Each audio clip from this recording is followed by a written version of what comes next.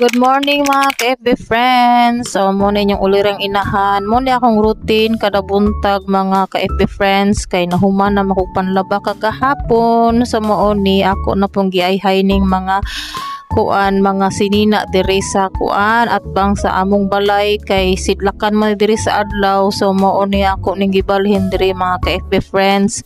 Unya kay wala pa man na mauga, so mauto akong gipanguha sa dito sa pikas balay kay para akong mayhay diri tanan.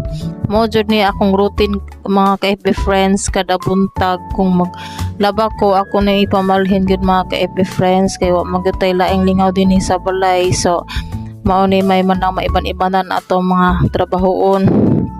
Unya kahuman ana ka-FB friends, so kuan na po manglimpyo na po taani sa balay. Unya kauban ni akong mga anak dinhi sa gawas kay FB friends, naraman na sila diha maglakaw-lakaw kay kuan laayon man po na sila mag-standby sa sulod nya magsige ra na sila lantaw-lantaw na ako diha kung unsa akong buhaton.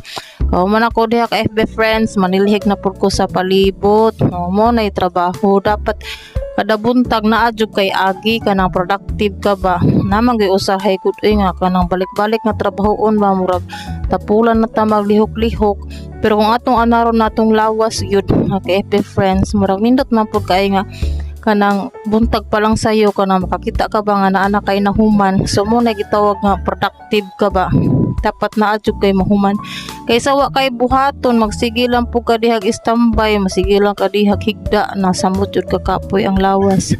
So maura to mga FB friends, hinaot maka-inspire lako sa inyong kabuntagon og salamat sa pagtan-aw sa akong vlog. Till next time, bye bye.